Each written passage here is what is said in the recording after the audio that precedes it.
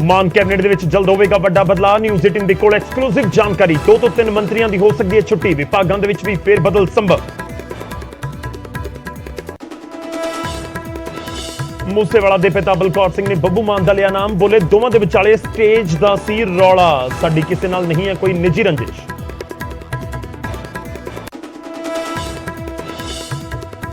ਮੂਸੇਵਾਲਾ ਦੇ ਪਿਤਾ ਦੇ ਗਨਮੈਨ ਦੀ ਗਨ ਦੇ ਵਿੱਚੋਂ ਨਿਕਲੀ ਗੋਲੀ, ਸਾਥੀ ਗਨਮੈਨ ਹੋਇਆ ਜ਼ਖਮੀ। ਵਿਆਹ ਸਮਾਗਮ ਦੇ ਵਿੱਚ ਹੋਈ ਫਾਇਰਿੰਗ, ਮੁਲਜ਼ਮ ਗਨਮੈਨ ਦੇ ਉੱਤੇ ਪਰਚਾ।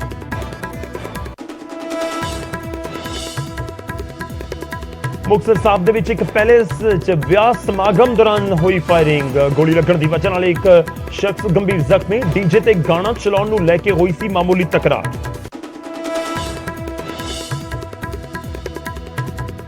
ਤਰਨਤਾਰਨ ਦੇ ਵਿੱਚ ਆਰਪੀਜੀ ਗ੍ਰੇਨੇਡ ਕੀਤਾ ਗਿਆ ਡਿਫਿਊਜ਼। ਹਰੀਕੇ ਪੱਤਨ ਨੇੜੇ ਬੰਬ ਡਿਸਪੋਜ਼ਲ ਟੀਮ ਨੇ ਬੰਬ ਨੂੰ ਕੀਤਾ ਨਸ਼ਟ। ਸਰਹਾਲੀ ਥਾਣੇ 'ਚ ਦਾਗਿਆ ਸੀ ਗ੍ਰੇਨੇਡ।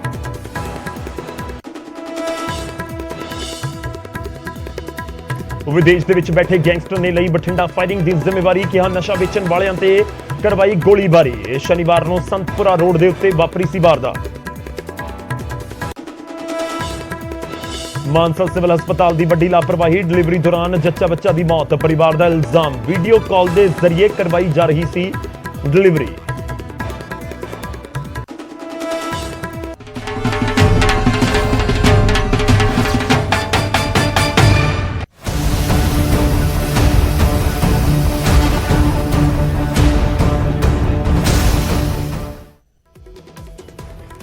ਸਤਿ ਸ੍ਰੀ ਅਕਾਲ, ਸਵਾਗਤ ਹੈ। ਗੌਰਵ ਸ਼ੁਕਲਾ ਮੈਂ ਹਾਂ ਤੁਹਾਡੇ ਨਾਲ ਤੇ ਬੁਲੇਟਿਨ ਦਾ ਆਗਾਜ਼ ਕਰਾਂਗੇ ਇੱਕ ਵੱਡੀ ਖਬਰ ਦੇ ਨਾਲ। ਨਵਾਂ ਮੰਤਰੀ ਜਾਂ ਨਵੇਂ ਮੰਤਰੀ ਮਿਲ ਸਕਦੇ ਨੇ ਪੰਜਾਬ ਵਾਸੀਆਂ ਨੂੰ ਆਉਣ ਵਾਲੇ ਕੁਝ ਦਿਨਾਂ ਦੇ ਵਿੱਚ।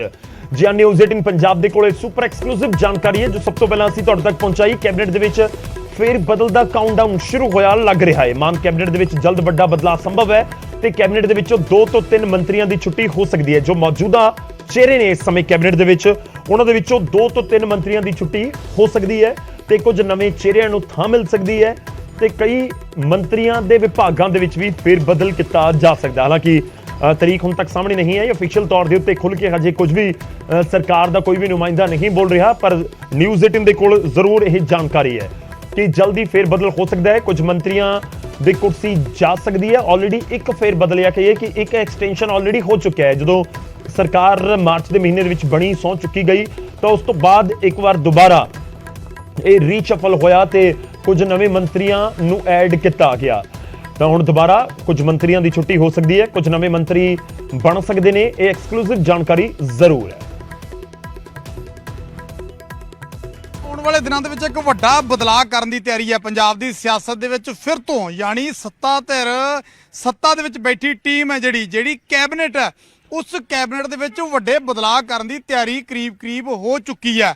ਕਈ ਨਾਵਾਂ ਤੇ ਮੋਹਰ ਲੱਗ ਚੁੱਕੀ ਹੈ। ਨਾਮ ਸਾਡੇ ਕੋਲੇ ਮੌਜੂਦ ਨੇ, ਹਾਲਾਂਕਿ ਉਹ ਨਾਮ ਹਲੇ ਅਸੀਂ ਉਜਾਗਰ ਨਹੀਂ ਕਰਾਂਗੇ। ਹਲੇ ਮੈਂ ਚਾਹਣਾ ਕਿ ਥੋੜ੍ਹੀਆਂ ਜਿਹੀਆਂ ਧੜਕਣਾਂ ਵੱਧਦੀਆਂ ਘਟਦੀਆਂ ਰਹਿਣੀਆਂ ਚਾਹੀਦੀਆਂ, ਕਿਉਂਕਿ ਜਿਹੜੇ ਨਵੇਂ ਚਿਹਰੇ ਆਉਣੇ ਨੇ ਉਹਨਾਂ ਨੂੰ ਤਾਂ ਸ਼ਾਇਦ ਕੋਈ ਬਹੁਤਾ ਫਰਕ ਨਹੀਂ ਪੈਣਾਗਾ ਤੇ ਪਰ ਜਿਹੜੇ ਚਿਹਰੇ ਆਲਰੇਡੀ ਕੈਬਨਿਟ ਦੇ ਵਿੱਚ ਮੌਜੂਦ ਨੇ ਉਹਨਾਂ ਦੇ ਵਿੱਚੋਂ ਕਰੀਬ 3 ਮੰਤਰੀਆਂ ਦੀ ਛੁੱਟੀ ਹੋਣੀ ਤੈਅ ਮੰਨੀ ਜਾ ਰਹੀ ਹੈ ਤੇ ਜਿਹੜੇ ਉਹ 3 ਚਿਹਰੇ ਨੇ ਉਹਨਾਂ ਦੀਆਂ ਧੜਕਣਾਂ ਉੱਤੇ ਥੱਲੇ ਹੋਣੀਆਂ ਸ਼ੁਰੂ ਹੋ ਗਈਆਂ ਹੋਣਗੀਆਂ। ਉਹਨਾਂ ਨੂੰ ਖੁਦ ਨੂੰ ਵੀ ਪਤਾ ਕਿ ਕਿਹਦਾ ਨੰਬਰ ਆ ਜਿਹੜਾ ਲੱਗ ਸਕਦਾ।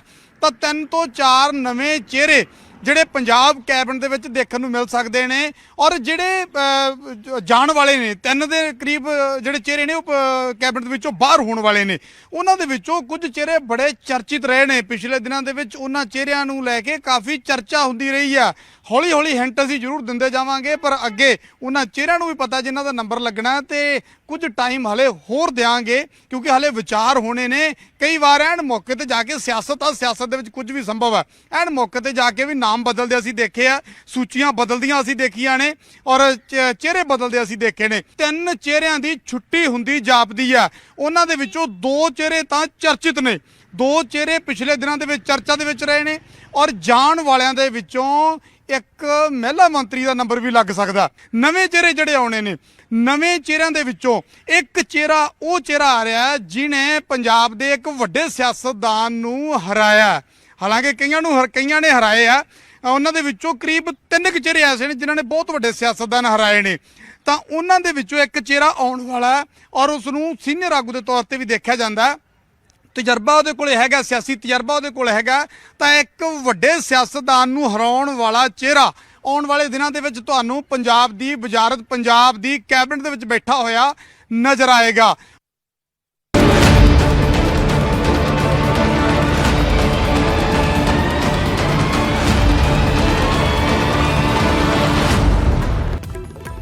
ਹੁਣ ਅੱਗੇ ਵਧਦੇ ਹਾਂ ਤੇ ਰੁਕ ਕਰਦੇ ਹਾਂ ਹਿਮਾਚਲ ਦੀ ਸਿਆਸਤ ਵਾਲੇ ਪਾਸੇ। ਇਲੈਕਸ਼ਨ ਹੋਏ, ਕਾਂਗਰਸ ਨੂੰ ਜਿੱਤ ਮਿਲੀ ਤੇ ਹੁਣ ਮੁੱਖ ਮੰਤਰੀ ਦਾ ਜਿਹੜਾ ਅਹੁਦਾ ਹੈ ਉਹ ਸੁਖਵਿੰਦਰ ਸੁੱਖੂ ਸੰਭਾਲ ਵੀ ਚੁੱਕੇ ਨੇ। ਜੀ ਹਾਂ, ਹਿਮਾਚਲ ਪ੍ਰਦੇਸ਼ ਨੂੰ ਨਵਾਂ ਮੁੱਖ ਮੰਤਰੀ ਮਿਲ ਗਿਆ। ਸ਼ਿਮਲਾ ਦੇ ਰਿਜ ਮੈਦਾਨ ਦੇ ਉੱਤੇ ਸੁਖਵਿੰਦਰ ਸਿੰਘ ਸੁੱਖੂ ਨੇ ਮੁੱਖ ਮੰਤਰੀ ਅਹੁਦੇ ਦਾ ਹਲਫ ਲਿਆ। ਉਹਨਾਂ ਦੇ ਨਾਲ ਡਿਪਟੀ ਸੀਐਮ ਮੁਕੇਸ਼ ਅਗਨੀਹੋਤਰੀ ਨੇ ਵੀ ਹਲਫ ਲਿਆ। ਇਸ ਦੌਰਾਨ ਰਾਹੁਲ ਗਾਂਧੀ, ਪ੍ਰਿयंका ਗਾਂਧੀ, ਕਾਂਗਰਸ ਦੇ ਪ੍ਰਧਾਨ ਮਲਿਕਾਰਜੁਨ ਖੜਗੇ ਵੀ ਇਸ ਸਹੁੰ ਚੁੱਕ ਸਮਾਗਮ ਦੇ ਵਿੱਚ ਸ਼ਾਮਲ ਹੋਏ।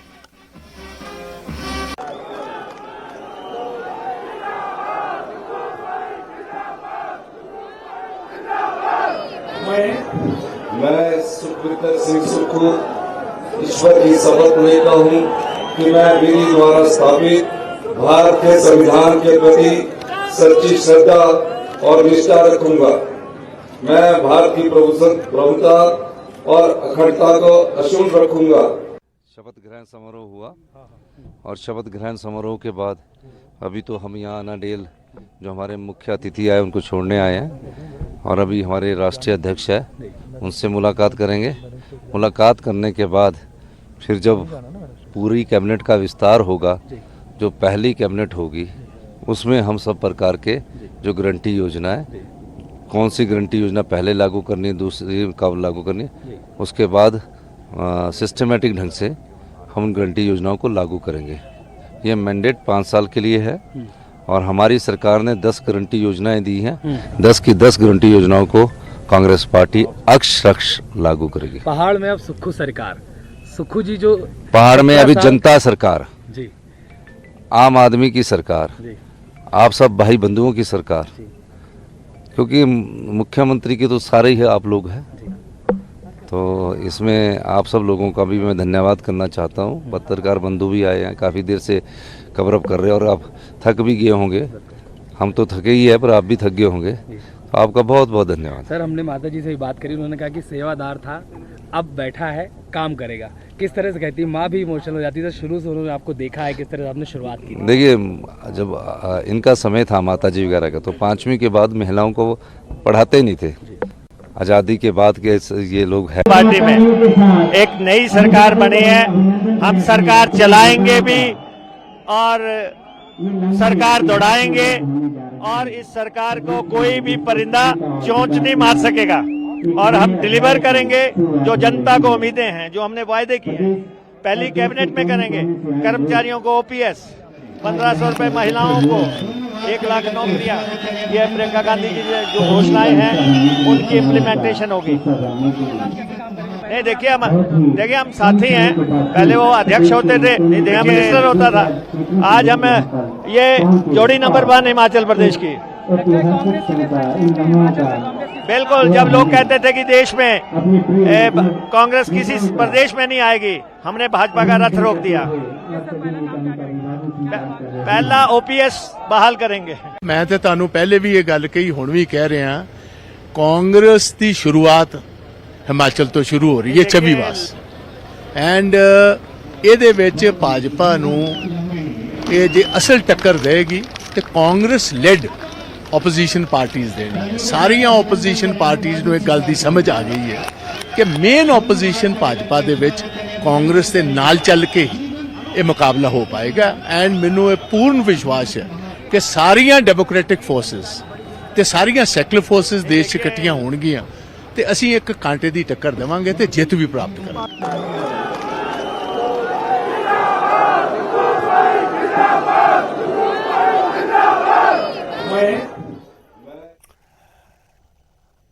ਤਾਂ ਪਹਾੜ ਦੇ ਵਿੱਚ ਇੱਕ ਵਾਰ ਫਿਰ ਤੋਂ ਰਿਵਾਜ ਤਾਂ ਨਹੀਂ ਬਦਲਿਆ ਪਰ ਰਾਜ ਜ਼ਰੂਰ ਬਦਲ ਗਿਆ। ਜੀ ਹਾਂ, ਬੀਜੇਪੀ ਤੋਂ ਬਾਅਦ ਇੱਕ ਵਾਰ ਫਿਰ ਤੋਂ ਕਾਂਗਰਸ ਦੀ ਸੱਤਾ ਆ ਚੁੱਕੀ ਹੈ। ਸੁਖਵਿੰਦਰ ਸੁੱਖੂ ਮੁੱਖ ਮੰਤਰੀ ਹਿਮਾਚਲ ਪ੍ਰਦੇਸ਼ ਦੇ ਬਣ ਚੁੱਕੇ ਨੇ। ਉਹਨਾਂ ਦਾ ਪਰਿਵਾਰ ਵੀ ਇਸ ਸਮੇਂ ਖੂਬ ਖੁਸ਼ ਹੈ, ਖੁਸ਼ੀਆਂ ਮਨਾ ਰਿਹਾ ਹੈ ਤੇ ਉਹਨਾਂ ਦੇ ਨਾਲ ਗੱਲਬਾਤ ਕੀਤੀ ਹੈ ਨਿਊਜ਼ 18 ਦੀ ਟੀਮ ਨੇ।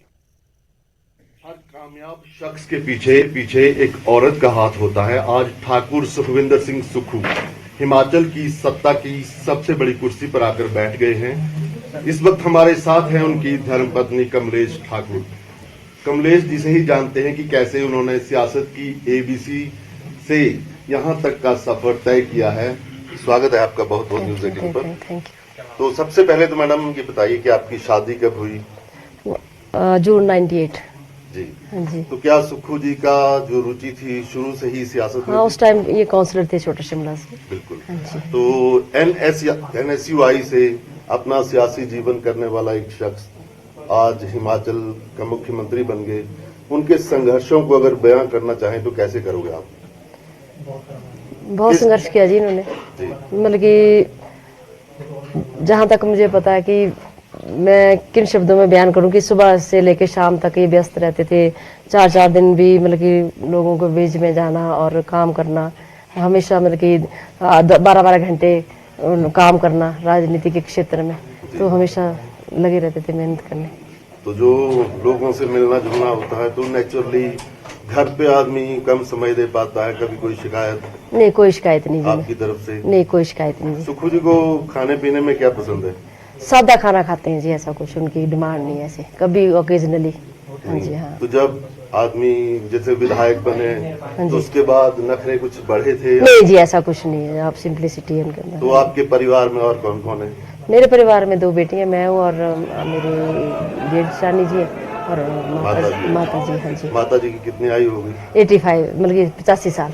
माता जी का क्या रिएक्शन था जब पता चला कि उनके बेटे हिमाचल के मुख्यमंत्री बनने वाले? ऑब्वियसली आपको पता है कि माँ का क्या सपना होता है और माँ को कितनी खुशी होती है कि बच्चा आगे बढ़े उनका।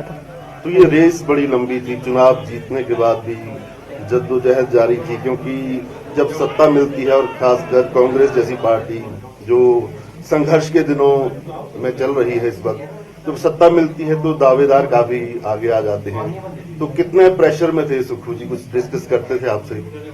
देखो मतलब कि चलता ही है तो राजनीति में, पार्ट एंड पार्सल है, ये चीजें तो चलती रहती हैं, ऐसा तो कुछ नहीं है। तो आपको पता है कि मैनिफेस्टो में कांग्रेस ने वादे बड़े बड़े किए हैं, तो क्या लगता है आपको, मतलब सियासी समझ तो सुक्खू जी के साथ रहते रहते आपकी भी होगी कि क्या ट्रम्प कार्ड रहा? आपको क्या लगा कि सत्ता की चाबी एकदम से, क्योंकि बीजेपी तो कह रही थी कि रिवाज बदल जाएगा इस बार? नहीं, मेरे को लगता कि मैं ज्यादा तो पॉलिटिकली नहीं हूँ, पर ऐसे मैं देखती हूँ, महसूस करती हूँ, मैं भी एक घरेलू औरत हूँ। एक मेरे ख्याल से महंगाई का मुद्दा ज्यादा रहा है। महंगाई का मुद्दा। हाँ जी, थैंक आप यू। लोगों को भी हिट करता है। बस 1-2 सवाल और। हाँ जी। तो आजकल सोशल मीडिया पे अभी सरकार आज ही शपथ ली है सुक्खू जी ने, लेकिन डिमांड होने लगी है कि 1500 रुपया कब आएगा? नहीं, चलो लोगों की उम्मीदें तो सबकी होती हैं जी, किसकी उम्मीदें नहीं होती? जनता की उम्मीदें होती है। जो जब जनता इतने सपनों से किसी चीज को लेकर आती है तो उम्मीदें तो होती हैं। चलिए, बहुत बहुत धन्यवाद थैंक यू, मुझसे बातचीत करने के लिए। Thank you. तो ये थी ठाकुर सुखविंदर सिंह की पत्नी। उन्होंने हमसे बात की और बताया कि सुक्खू जी को बिल्कुल सादा जीवन पसंद है और सादा खाना ही पसंद है। अब जो मुख्यमंत्री बन गए हैं उनकी लाइफ अच्छा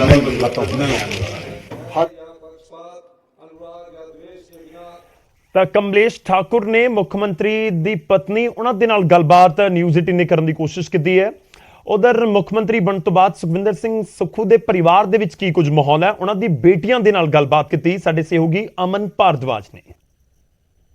मुख्यमंत्री सुक्खू बने हैं, शपथ आज लिया। उनका परिवार इस समय हमारे साथ है न्यूज 18 के साथ बातचीत करने के लिए। आप दोनों बेटियां हैं सुक्खू जी की? हाँ जी। आपके नाम क्या क्या हैं? कामुन में बड़ी बेटी हूँ। और आप? रूहून में छोटी बेटी। आपके पिता को सबसे बड़ी जिम्मेदारी हिमाचल की मिली है। पहले तो इमोशंस कैसे हैं और एक्सपेक्टेशंस क्या है? हम बहुत खुश हैं। हम मतलब मैं बता नहीं सकती, it can't be expressed in words, हम कितने खुश हैं। And and what are the expectations? We hope कि जो भी प्रोमिसेस एंड पॉलिसीज जो कांग्रेस जिसके बल पे सरकार में आई है कि वो सारे जल्दी पूरे होए। I am sure about it कि वो जल्दी पूरे होंगे, लेकिन जितना जल्दी हो सके उतना जल्दी होए।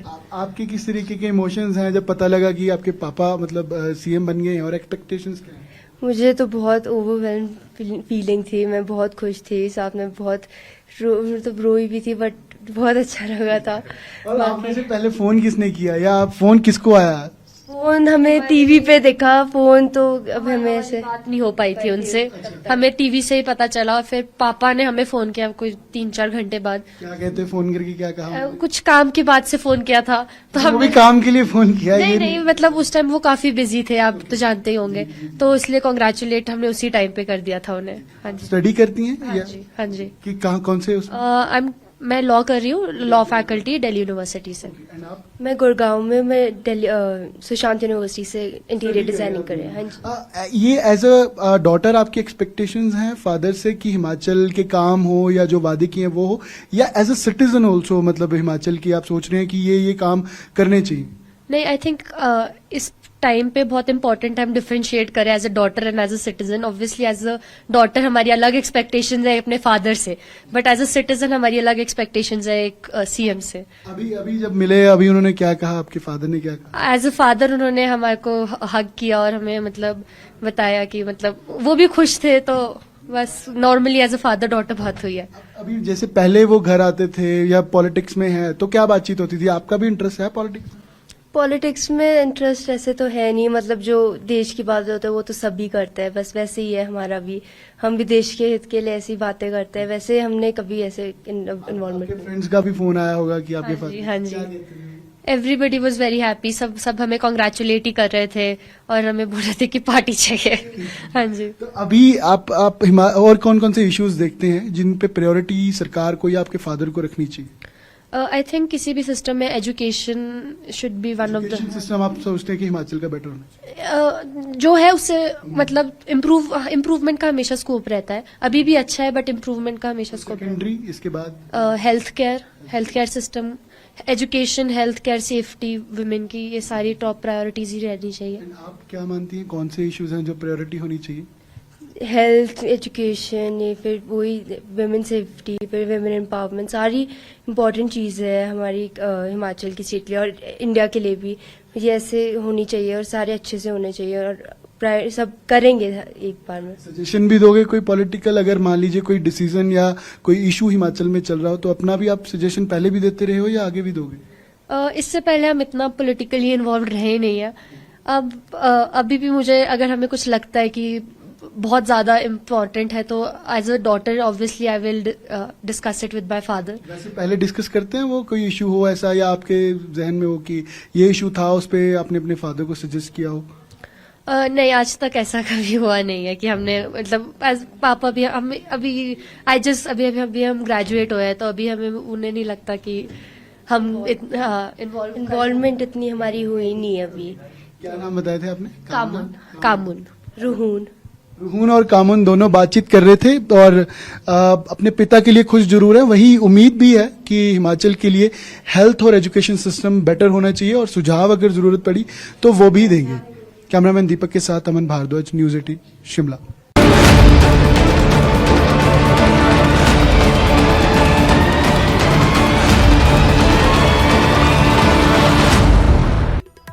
ਹੁਣ ਅੱਗੇ ਵਧਦੇ ਹਾਂ, ਕੁਝ ਹੋਰ ਖਬਰਾਂ ਦਾ ਰੁਖ ਕਰਦੇ ਹਾਂ। ਕੋਟਪੁਰਾ ਗੋਲੀकांड ਮਾਮਲੇ ਦੇ ਵਿੱਚ ਜਾਂਚ ਜਾਰੀ ਹੈ ਤੇ ਇਸ ਵਿਚਾਲੇ ਸੁਖਬੀਰ ਸਿੰਘ ਬਾਦਲ ਨੂੰ ਸ਼੍ਰੋਮਣੀ ਅਕਾਲੀ ਦਲ ਦੇ ਪ੍ਰਧਾਨ ਨੂੰ ਤਲਬ ਕੀਤਾ ਗਿਆ। ਐਸਆਈਟੀ ਦੇ ਵੱਲੋਂ ਸੰਮਨ ਜਾਰੀ ਕਰ ਦਿੱਤੇ ਗਏ ਨੇ ਕਿ ਸੋਮਵਾਰ ਸਵੇਰੇ 11 ਵਜੇ ਪੇਸ਼ ਹੋਵੋ। ਐਸਆਈਟੀ ਨੇ ਸੁਖਬੀਰ ਬਾਦਲ ਨੂੰ ਇਹ ਸੰਮਨ ਭੇਜਿਆ ਕਿ ਕੱਲ ਸਵੇਰੇ 11 ਵਜੇ ਪੇਸ਼ ਹੋਣ। ਸੁਖਬੀਰ ਸਿੰਘ ਬਾਦਲ ਐਲਕੇ ਯਾਦਵ ਵਾਲੀ ਐਸਆਈਟੀ ਪੁੱਛ ਪੜਤਾਲ ਕਰੇਗੀ। ਕਾਬਲੇ ਗੌਰ ਹੈ ਕਿ 2015 ਦੇ ਵਿੱਚ ਜਦੋਂ ਬੇਅਦਬੀ ਦੀ ਘਟਨਾ ਵਾਪਰੀ ਤੇ ਉਸ ਤੋਂ ਬਾਅਦ ਗੋਲੀकांड ਦੀ ਘਟਨਾ ਵਾਪਰੀ ਕੋਟਪੁਰਾ ਤੇ ਬਹਿਬਲ ਕਲਾਂ ਦੇ ਵਿੱਚ, ਤਾਂ ਉਸ ਸਮੇਂ ਤਤਕਾਲੀ ਡੈਪੂਟੀ ਸੀਐਮ ਸੁਖਬੀਰ ਸਿੰਘ ਬਾਦਲ ਸੀ ਤੇ ਗ੍ਰਹਿ ਮੰਤਰਾਲਾ ਵੀ ਉਹਨਾਂ ਦੇ ਕੋਲ ਸੀ। ਤਾਂ 2015 ਤੋਂ ਹੀ ਇਸ ਪੂਰੇ ਮਾਮਲੇ ਦੀ ਜਾਂਚ ਜਾਰੀ ਹੈ। ਬੇਅਦਬੀ ਵਾਲਾ ਮਾਮਲਾ ਵੱਖਰਾ ਹੈ, ਅਸੀਂ ਵਾਰ-ਵਾਰ ਇਸ ਕਰਕੇ ਦੱਸਦੇ ਹਾਂ ਕਿਉਂਕਿ ਜਿਹੜੀਆਂ ਜਾਂਚ ਨੇ ਇਹਨਾਂ ਮਾਮਲਿਆਂ ਦੇ ਵਿੱਚ ਅਲੱਗ-ਅਲੱਗ ਹੋਈਆਂ ਨੇ ਔਰ ਚੱਲ ਰਹੀਆਂ ਨੇ। ਬੇਅਦਬੀ ਵਾਲਾ ਮਾਮਲਾ ਗੁਰੂ ਗ੍ਰੰਥ ਸਾਹਿਬ ਚੋਰੀ ਹੋਣਾ, ਉਸ ਤੋਂ ਬਾਅਦ ਪੋਸਟਰ ਲੱਗਣੇ, ਬੇਅਦਬੀ ਦੀ ਘਟਨਾ ਨੂੰ ਅੰਜਾਮ ਦਿੱਤਾ ਜਾਣਾ, ਇਹ ਪੂਰਾ ਵੱਖਰਾ ਮਾਮਲਾ। ਉਸ ਤੋਂ ਬਾਅਦ ਜਿਹੜੀ ਸੰਗਤ ਬੈਠ ਕੇ ਧਰਨਾ ਪ੍ਰਦਰਸ਼ਨ ਕਰ ਰਹੀ ਸੀ ਕੋਟਪੁਰਾ ਤੇ ਬਹਿਬਲ ਕਲਾਂ ਦੇ ਵਿੱਚ, ਉਹ ਦੋਵੇਂ ਵੱਖਰੇ ਮਾਮਲੇ ਨੇ। ਹਾਲਾਂਕਿ ਉਹ ਬੇਅਦਬੀ ਨਾਲ ਸਿਰਫ ਇਹੀ ਜੁੜੇ ਨੇ ਕਿ ਉਸ ਪੂਰੇ ਮਾਮਲੇ ਨੂੰ ਲੈ ਕੇ ਪ੍ਰੋਟੈਸਟ ਹੋ ਰਿਹਾ ਸੀ। ਤਾਂ ਕੋਟਕਪੂਰਾ ਮਾਮਲੇ ਦੇ ਵਿੱਚ ਇਹ ਪੂਰੀ ਜਾਂਚ ਅੱਗੇ ਵੱਧ ਰਹੀ ਹੈ। ਕੋਟਕਪੂਰਾ ਦੇ ਵਿੱਚ ਗੋਲੀ ਚੱਲੀ ਸੀ, ਹਾਲਾਂਕਿ ਉੱਥੇ ਬਚਾ ਰਿਹਾ ਕਿ ਕੋਈ ਜਾਨੀ ਨੁਕਸਾਨ ਨਹੀਂ ਹੋਇਆ ਸੀ।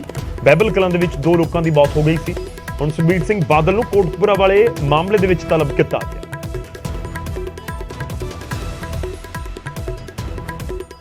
ਅਗਲੀ ਖਬਰ ਦਾ ਰੁਖ ਕਰਦੇ ਹਾਂ। ਮੂਸੇਵਾਲਾ ਦੇ ਪਿਤਾ ਬਲਕੌਰ ਸਿੰਘ ਖੁਦ ਸਾਹਮਣੇ ਆਏ ਨੇ ਅਤੇ ਪੰਜਾਬੀ ਗਾਇਕ ਬੱਬੂ ਮਾਨ ਬਾਰੇ ਖੁੱਲ੍ਹ ਕੇ ਉਹ ਬੋਲਦੇ ਵੀ ਨਜ਼ਰ ਆਏ। ਹਵਾਲਾ ਬੱਬੂ ਮਾਨ ਦੇ ਬਿਆਨ ਦਾ ਵੀ ਦਿੱਤਾ ਗਿਆ ਤੇ ਸੰਕੇਤ ਸਿਆਸਤ 'ਚ ਉਤਰਨ ਦੇ ਵੀ ਦਿੱਤੇ।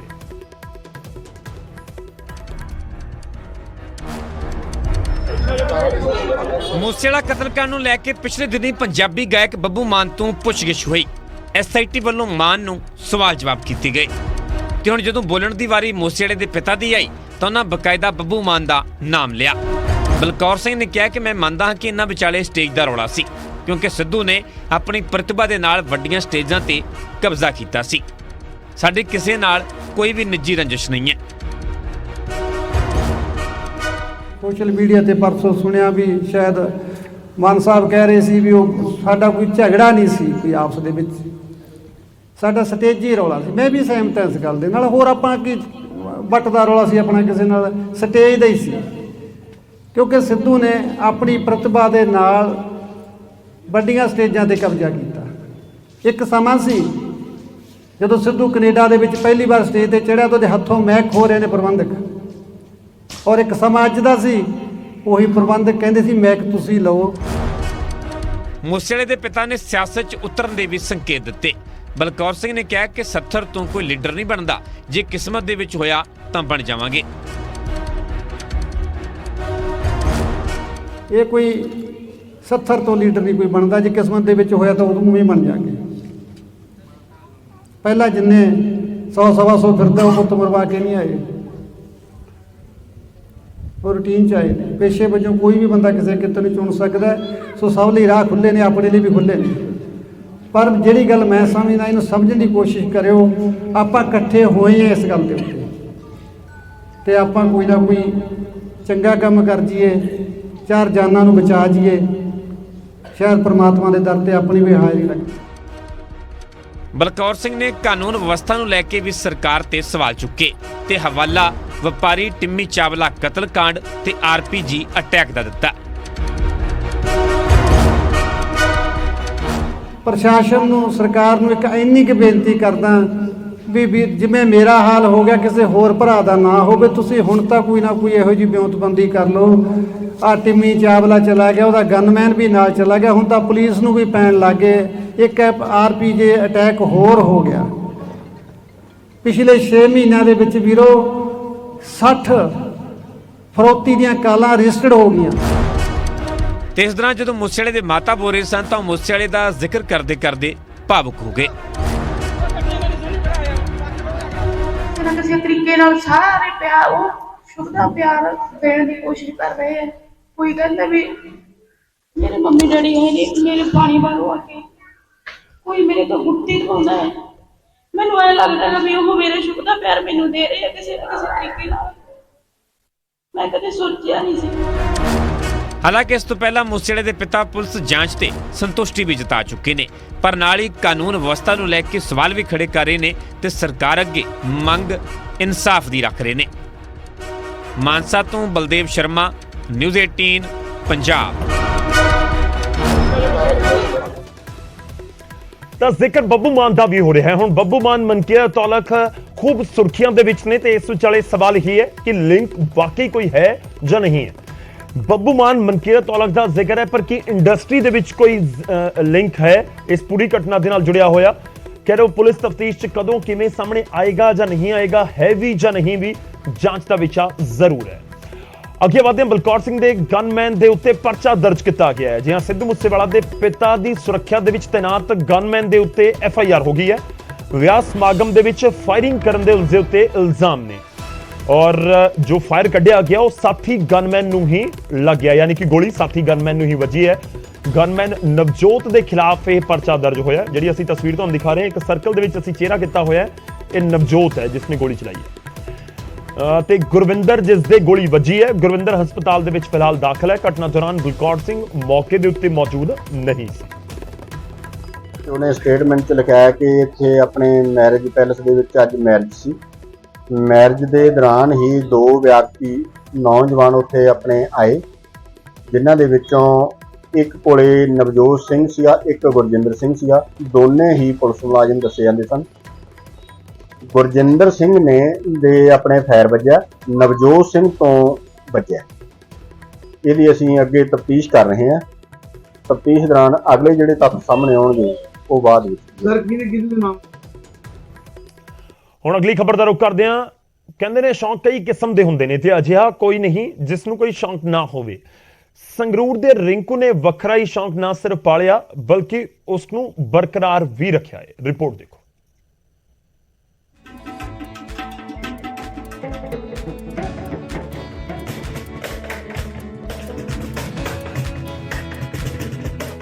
ਢੋਲ, ਤਬਲੇ, ਗਿਟਾਰਾਂ, ਤੁੰਬੀ, ਚਿਮਟਾ ਤੇ ਹੋਰ ਸਾਜ਼, ਇਹ ਸਭ ਪੁਰਾਣੇ ਸਾਜ਼ ਨੇ ਜੋ ਯਾਦ ਦਿਵਾਉਂਦੇ ਨੇ ਪੁਰਾਣਾ ਵਿਰਸਾ ਤੇ ਵਿਰਾਸਤ, ਜਾਂ ਕਹਿ ਲਈਏ ਰੰਗਲਾ ਪੰਜਾਬ।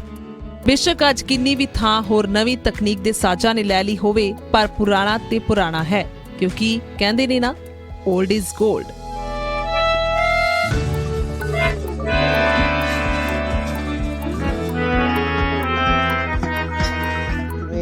ਨਵਾਂ ਸਾਜ਼ ਅੱਜ ਕੱਲ੍ਹ ਚੱਲ ਰਹੇ ਨੇ, ਨਵੇਂ ਸਾਜ਼ ਆ ਰਹੇ ਨੇ, ਬਟ ਜਿੰਨਾ ਪੁਰਾਣਾ ਸਾਜ਼ ਹੈ ਉਹਨਾਂ ਦਾ ਵੀ ਜ਼ੋਰ ਪੂਰਾ ਉਵੇਂ ਲੱਗ ਰਿਹਾ। ਜਿਵੇਂ ਤੁਸੀਂ ਦੇਖ ਰਹੇ ਹੋ ਤੁੰਬੀ ਜਿਵੇਂ ਅਸੀਂ ਤਿਆਰ ਕਰ ਰਹੇ ਹਾਂ, ਤੁਸੀਂ ਅੱਜ ਕੱਲ੍ਹ ਆਧੁਨਿਕ ਤੁੰਬੀ ਜਿਹੜੀ ਹੁਣ ਹੈਰੀ ਹੈ, ਪਹਿਲਾਂ ਤਾਂ ਹੁਣ ਜਿਹੜੀ ਆ ਰਹੀ ਹੈ ਉਹ ਲੱਕੜ ਦੀ ਬਣੀ ਹੋਈ ਹੈ, ਤੇ ਅਸੀਂ ਜਿਹੜੀ ਵਿਰਾਸਤੀ ਤੁੰਬੀ ਹੈ ਜਿਵੇਂ ਬਿੱਲ ਤੋਂ ਬਣਦੀ ਸੀ, ਨਾਰੀਅਲ ਤੋਂ ਬਣਦੀ ਸੀ, ਅਸੀਂ ਉਹ ਸਪੈਸ਼ਲ ਬਣਵਾ ਰਹੇ ਹਾਂ। ਸਾਡੀ ਉਹਦੇ ਤੇ ਹੈ ਤੇ ਉਹਦੀ ਟੋਨ ਦਾ ਇੰਨਾ ਕੁ ਹੈਗਾ ਕਲੈਰਿਟੀ, ਤੇ ਉਹ ਅੱਜ ਕੱਲ੍ਹ ਦੇ ਜਿੰਨੇ ਅੱਛੇ ਵਜਾਉਣ ਵਾਲੇ ਨੇ, ਤੁੰਬੀ ਦੇ ਸ਼ੌਕੀਨ ਨੇ, ਉਹ ਸਪੈਸ਼ਲ ਸਾਡੇ ਕੋਲ ਡਿਮਾਂਡ ਕਰ ਰਹੇ ਨੇ ਉਹਨਾਂ ਚੀਜ਼ਾਂ ਦੀ। ਤੇ ਨਾਲ ਹੋਰ ਜਿਹੜੇ ਸਾਜ਼ ਨੇ, ਗਿਟਾਰ ਵਗੈਰਾ, ਜਿਵੇਂ ਅੱਜ ਕੱਲ੍ਹ ਦੀ ਤੁਸੀਂ ਕਹਿ ਰਹੇ ਹੋ ਵੀ ਜਿਨ੍ਹਾਂ ਨਾਲ ਵੀ ਉਹ ਜਗ੍ਹਾ ਦੀ ਗੱਲ, ਗਿਟਾਰ ਦਾ ਹੈਗਾ ਕਰੇਜ਼ ਲੋਕਾਂ ਦਾ, ਕਿਉਂਕਿ ਅੱਜ ਕੱਲ੍ਹ ਆਪਣਾ ਜਿਵੇਂ ਨੌਜਵਾਨ ਉਹ ਹੈਗਾ ਉਹ ਬਾਹਰ ਜਾ ਰਿਹਾ, ਉਹਨੂੰ ਉੱਧਰ ਦਾ ਹੀ ਕਲਚਰ ਉਹ ਕਰ ਰਿਹਾ ਤੇ ਆ ਕੇ ਇੱਧਰ ਗਿਟਾਰ। ਦਰਅਸਲ ਇਹ ਸਾਜ਼ਾਂ ਦਾ ਸ਼ੌਕ ਹੈ ਸੰਗਰੂਰ ਦੇ ਨੌਜਵਾਨ ਰਿੰਕੂ ਨੂੰ। ਜਿੱਥੇ ਇੱਕ ਪਾਸੇ ਨੌਜਵਾਨ ਪੀੜ੍ਹੀ ਨਸ਼ਿਆਂ 'ਚ ਗਲਤਾਨ ਹੋ ਰਹੀ ਹੈ, ਉੱਥੇ ਰਿੰਕੂ ਨੂੰ ਲੱਗਦਾ ਹੈ ਕਿ ਸਾਨੂੰ ਸਾਡੇ ਵਿਰਸੇ ਤੇ ਪੁਰਾਣੇ ਸਾਜ਼ਾਂ ਨੂੰ ਸਾਂਭਣਾ ਚਾਹੀਦਾ ਹੈ। ਜਦੋਂ ਬਾਹਰ ਚਲਾ ਜਾਂਦਾ ਹੈ ਉਹਨੂੰ ਇੱਥੇ ਜਾ ਕੇ ਆਪਣੀ ਇੱਥੇ ਪੰਜਾਬੀ ਜਿਹੜੇ ਸਾਜ਼ ਨੇ ਉਹ ਯਾਦ ਆਉਂਦੇ ਨੇ, ਫਿਰ ਉੱਥੇ ਜਾ ਕੇ ਸਾਡੇ ਤੋਂ ਡਿਮਾਂਡ ਕਰਦੇ ਨੇ ਵੀ ਤੁਸੀਂ ਇੱਥੇ ਸਾਨੂੰ ਤੁੰਬੀ ਭੇਜੋ, ਫੋਕ ਇੰਸਟਰੂਮੈਂਟ ਹੋਰ ਭੇਜੋ, ਕਦੇ ਢੋਲ ਭੇਜੋ, ਢੋਲਕੀ ਭੇਜੋ, ਤੇ ਉੱਥੇ ਜਾ ਕੇ ਉਹਨਾਂ ਨੂੰ ਫਿਰ ਇਹਦੇ ਨਾਲ ਆਪਣੇ ਜੁੜੇ ਰਹਿੰਦੇ ਨੇ। ਇਸ ਕਰਕੇ ਜਿੰਨਾ ਇੱਥੋਂ ਆਪਣੇ ਰਾਗੀ ਜੀ ਜਾ ਰਹੇ ਨੇ ਗੁਰਦੁਆਰਾ ਸਾਹਿਬ ਉੱਥੇ ਬਾਹਰ, ਤੇ ਉੱਥੇ ਉਹਨਾਂ ਨੇ ਆਪਣੇ ਜਿਹੜੇ ਸਿੱਖੀਜ਼ਮ ਨਾਲ ਵੀ ਜੁੜੇ ਹੋਏ ਨੇ, ਉਹਨਾਂ ਨੂੰ ਸਪੈਸ਼ਲ ਇਹ ਹੁੰਦਾ ਕਿ ਅਸੀਂ ਵੀ ਉੱਥੇ ਸ਼ਬਦ ਕੀਰਤਨ ਸਿੱਖੀਏ। ਉਹ ਇਸ ਕਰਕੇ ਉੱਥੇ ਹਾਰਮੋਨੀਅਮ ਦੀ ਡਿਮਾਂਡ ਬਹੁਤ ਜ਼ਿਆਦਾ ਵੱਧ ਰਹੀ ਹੈ। ਸਭ ਤੋਂ ਪਹਿਲਾਂ ਜਿਹੜਾ ਆਪਣਾ ਪੰਜਾਬ ਦਾ ਫੋਕ ਹੈ ਉਹਨੂੰ ਸੰਭਾਲਿਆ ਜਾਵੇ, ਜਿਵੇਂ ਆਪਣੀ ਤੁੰਬੀ, ਢੱਡ, ਸਰੰਗੀ, ਢੋਲ, ਅਲਗੋਜ਼ੇ ਜਿਹੜੇ ਪਿਛੜਦੇ ਜਾ ਰਹੇ ਨੇ ਸਾਜ਼, ਉਹ ਅੱਗੇ ਆਉਣ। ਜ਼ਿਕਰਯੋਗ ਹੈ ਕਿ ਹਰਿਮੰਦਰ ਸਾਹਿਬ ਵਿਖੇ ਵੀ ਰਾਗੀ ਢਾਡੀ ਜੱਥਿਆਂ ਨੂੰ ਪੁਰਾਣੇ ਤੰਤੀ ਸਾਜ਼ਾਂ ਦੇ ਨਾਲ ਕੀਰਤਨ ਲਾਜ਼ਮੀ ਕੀਤਾ, ਬੇਸ਼ੱਕ ਉਹ ਉਸ ਦੇ ਲਈ ਸਮਾਂ ਦਿੱਤਾ ਗਿਆ ਹੋਵੇ। ਸੰਗਰੂਰ ਤੋਂ ਚਰਨਜੀਤ ਕੌਸ਼ਲ, ਨਿਊਜ਼ 18 ਪੰਜਾਬ।